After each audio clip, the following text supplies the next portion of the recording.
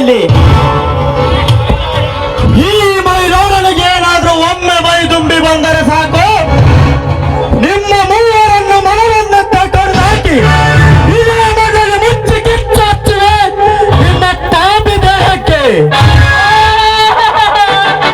ತಮ್ಮ ನೀನ್ಯಾಕೆ ಕಡ್ದಾಕ್ತೀವ ನಮ್ಮನ್ನ? ಇನ್ನು 8 ತಿಂಗಳು ಉಳಿದಪ್ಪ ಭೂಮಿ ಪ್ರಾಯ ಆಗೋದು. ಅವಾಗ ನಾವು ನೀವು ಇದ್ದರು ಬಂದರು ಇಂದದು ಮುಂದದು ಮುಚ್ಕೊಂಡು ಯಾಕೆ ಹೋಗೋಣಂತ ದೇವ್ರ ಪಟ್ಟಿ ಕೊಟ್ಬಿಡಪ್ಪ. ಶಕ್ತಿ ದೇವರ ಮೇಲೆ ಭಕ್ತಿ ಇರುವ ಈ ನಿನ್ನ ನಾಯಕನಿಗೆ ಹೇಳು, ಸ್ವಂತ ದುಡ್ಡನ್ನು ಹಾಕಿ ದೇವರ ಜಾತ್ರೆಯನ್ನು ಮಾಡಂತ. ಅದನ್ನು ಬಿಟ್ಟು ಬಡವರನ್ನು ಬೆದರಿಸಿ ದೇವರ ಹೆಸರು ಹೇಳಿ ಜೀವನ ಸಾಗಿಸುತ್ತಿರುವ ಈ ನಿನ್ನ ನಾಯಕನಿಗೆ ಅಂತ ಸಿದ್ಧವಾದಂತೆ ಬರಸಿ ನಾಯಕುಲದ ನಾಯಕನಿಗೆ 101 ರೂಪಾಯಿ. 101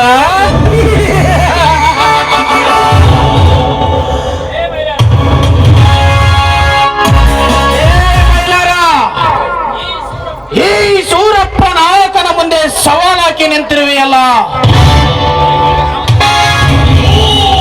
ನಾಳೆ ಬೆಳಗಾಗುವುದಾಗೆ ನೋಡು ಮಗನೇ ನಿನ್ನ ಮನೆತನದ ಸ್ಥಿತಿ. ನಿನ್ನ ತಾಯಿಯನ್ನು ಎತ್ತಿ ಹಾಕಿ ನಿನ್ನ ಮಾವನ ಮೈ ಚರ್ಮವನ್ನು ಸುಲಿಯದಿದ್ದರೆ ನನ್ನ ಹೆಸರು ಸೂರ ಸರದಾರ ಸೂರಪ್ಪ ನಾಯಕನೇ ಅಲ್ಲ.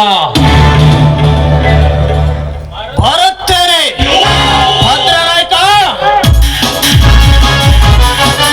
ಸೂರಪ್ಪ ನಾಯಕರೇ, ಇವರೊಬ್ಬರನ್ನು ಸಮುದ್ರದ ಅಲೆಗೆ ಬಲಿಯನ್ನು ಹಾಕಿ ಮೀನ ಹಿಡಿದಂತೆ ಯಜಮಾನರಿಗೆ ಹೇಳಿ ಇವರ ಮನೆತನ ಬೀದಿಗೆ ತರುವಂತೆ ಮಾಡೋಣ.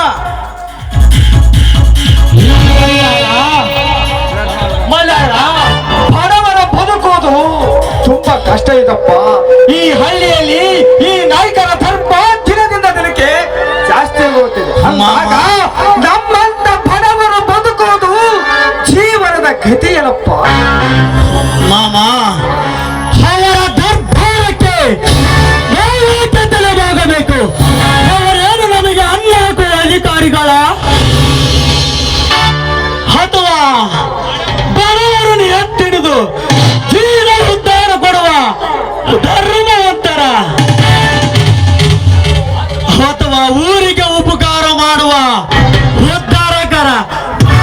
ನೋಡು ಮಾಮ, ದುಷ್ಟತನದಿಂದ ಬಡವರನ್ನು ಮೆಟ್ಟಿ ಮೆರೆಯುತ್ತಿರುವ ಆ ಸೂರಪ್ಪ ನಾಯಕ ಮತ್ತು ಆ ಈರಪ್ಪ ನಾಯಕನಿಗೆ ಹಸ್ತ ಸಿದ್ಧವಾಗುತ್ತದೆ, ಬಂದೇ ಬರುತ್ತದೆ. ಹೋಗಲಿ ಬನ್ನಿ ಮಾಮ, ಅಕ್ಕ ಬರುವ ಸಮಯವಾಯಿತು. ಅವಳು ಏನಾದರೂ ತಿಳಿದುಕೊಂಡಳು.